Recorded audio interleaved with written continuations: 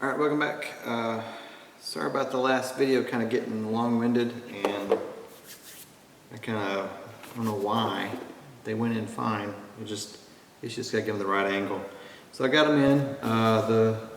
Those stopper or threaded brass inserts are in. It's curing. I put a little.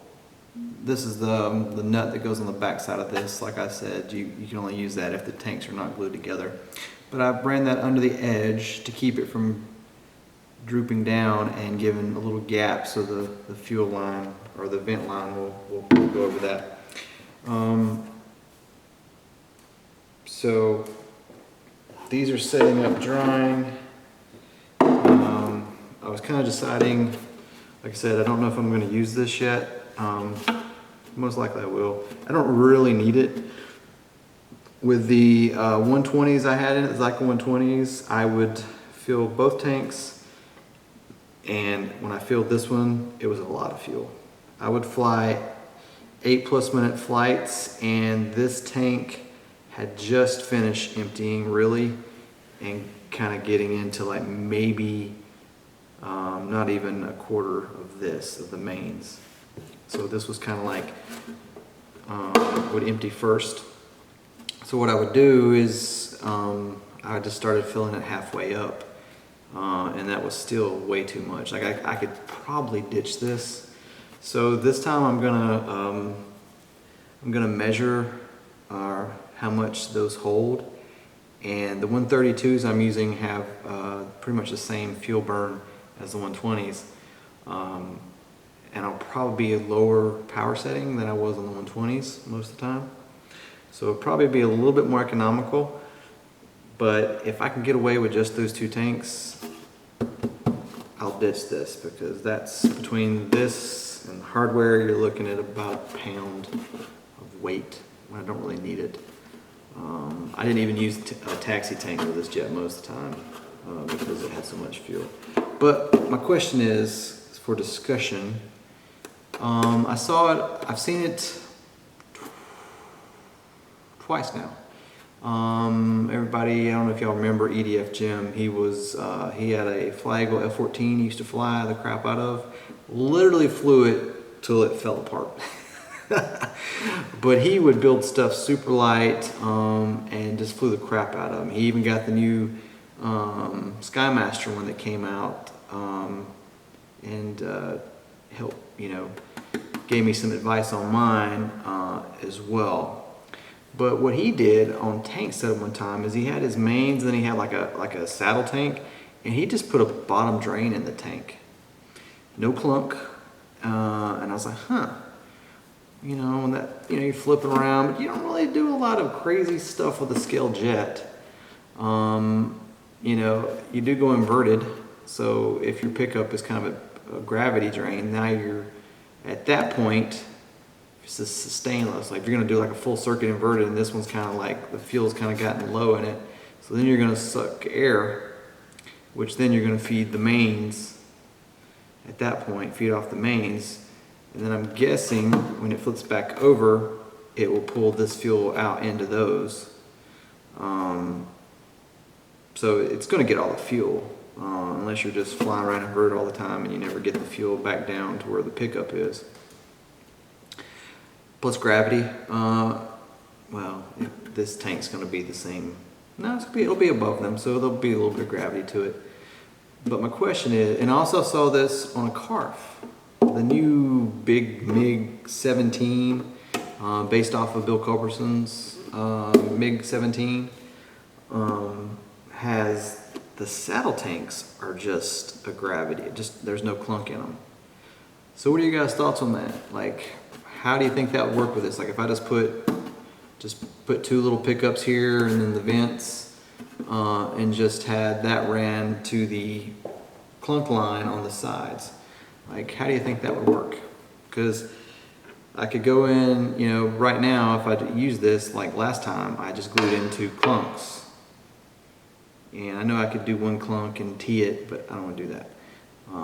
So I would have 2 clunks, 2 pickup lines with 2 more, 2 of these. So it adds a little bit more weight and just more stuff in there. but I thought about just trying that. See how it works. What do you guys think? So let me know what you think about just putting, like, just gluing in like 2 brass tubings and then put your vent lines here, and then just having the air gravity feed / pull into this one, you know, without any kind of pickup line in here. So essentially you're just ditching the pickup line and just have, you know, and airplanes, most of your general aviation airplanes are that way. You know, there's no clump flopping around to make sure you know, the pickup line stays in the fuel. So maybe I'll just do that. What do you guys think? Let me know in the comments. And because still just kind of trying to decide how I want to do that. If I want to glue in these extra fittings. You know, 2 of these is 1/2 pound essentially. And I know I'm splitting hairs with weight, but if I don't have to use that, I would prefer not. So let me know what you think in the comments. And at this point, I'm probably going to call it a night. Go upload these videos, clean up a little bit. Yeah. So I will be at it again tomorrow. I'm gonna think on this tonight. So maybe tomorrow, I might go ahead and put them in there anyways, because I can always, if I decide not to use this tank, I can always pop those fittings out and reuse them somewhere else. So that's my plan tomorrow, is finish this tank up if I decide to do that. Well, regardless, I still have to glue in 2 brass tubings and the brass tubing in the back for the vent lines, because the vents for the actual system will be on this tank. These vents plug into the pickup on this one. So, yeah. And then it should be dry at that point enough tomorrow to put all these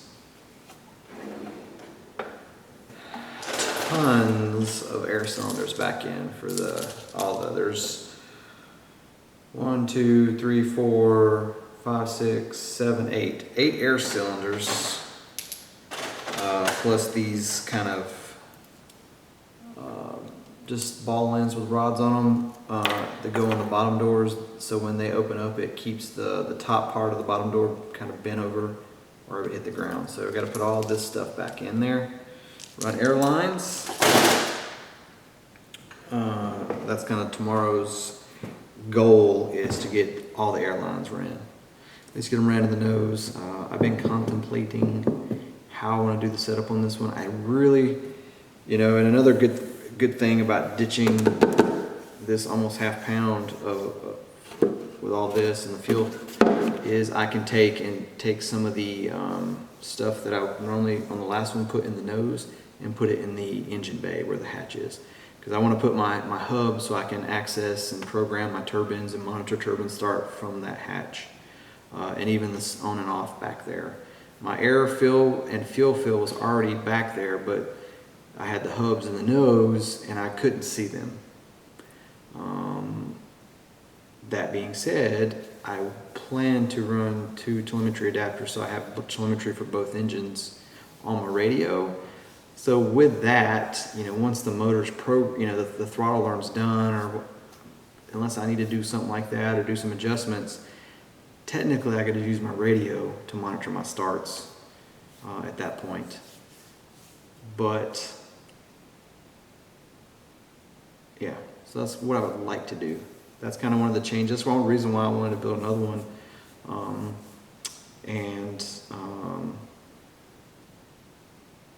Yeah, so you guys have a good evening, and I will get back to it tomorrow after work. And have a good evening. Cheers.